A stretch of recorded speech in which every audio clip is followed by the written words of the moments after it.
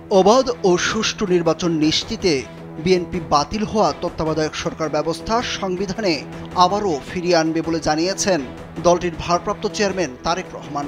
তিনি বলেন, বাংলাদেশের মালিক এদেশের জনগণ, আর স্বাধীনভাবে ভোটাধিকার প্রয়োগের মাধ্যমে জনপ্রতিনিধি নির্বাচন তাদের ন্যায্য গণতান্ত্রিক অধিকার।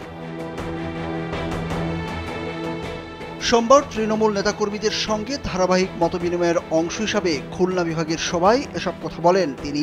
তারেক রহমান বলেন, ১৯৯৬ সালে বিএনপি জনগণের ভোটাধিকার নির্বিঘ্ন করতে দলীয় সরকারের পরিবর্তে তত্ত্বাবধায়ক সরকার ব্যবস্থা সংবিধানে সংযুক্ত করেছিল। কিন্তু ক্ষমতা কুক্ষিগত করতে জনগণকে ভোটাধিকার বঞ্চিত করার লক্ষ্যে স্বৈরাচারী শেখ হাসিনা সরকার সেটা সংবিধান থেকে মুছে দিয়ে তিনটি জাতীয় নির্বাচনে জনগণকে ভোটাধিকার বঞ্চিত রেখেছে। জনগণের ভোটাধিকার পুনঃপ্রতিষ্ঠা করতে তত্ত্বাবধায়ক সরকার ব্যবস্থা সংবিধানে আবারও সংযুক্ত করবে বিএনপি।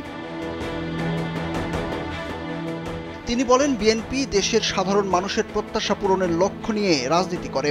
মানুষের নিরাপত্তা, বাক স্বাধীনতা, শান্তিতে ব্যবসা বাণিজ্য করার অধিকার, তরুণ ও যুবকদের কর্মসংস্থান, নারীর মর্যাদা ও নিরাপত্তা, ধর্ম, বর্ণ, গোষ্ঠী ও সমতল পাহাড়ি নির্বিশেষে সবার জন্য সমান রাষ্ট্রীয় অধিকার নিশ্চিত করা, সবার জন্য স্বাস্থ্য সুবিধা নিশ্চিত করা, কৃষি পণ্যের ন্যায্য মূল্য প্রাপ্তি এবং সর্বোপরি দেশের স্বাধীনতা ও সার্বভৌমত্ব নিশ্চিত করাই বিএনপির রাজনীতির অগ্রাধিকার।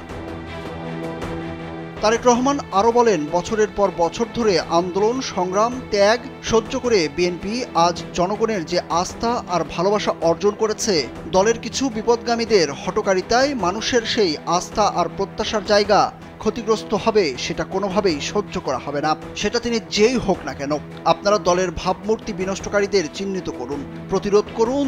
দল তাদের শুধু বহিষ্কারের অঙ্গীকারই নয়, তাদের বিরুদ্ধে আইনি ব্যবস্থা নেওয়ারও নির্দেশ দিচ্ছে।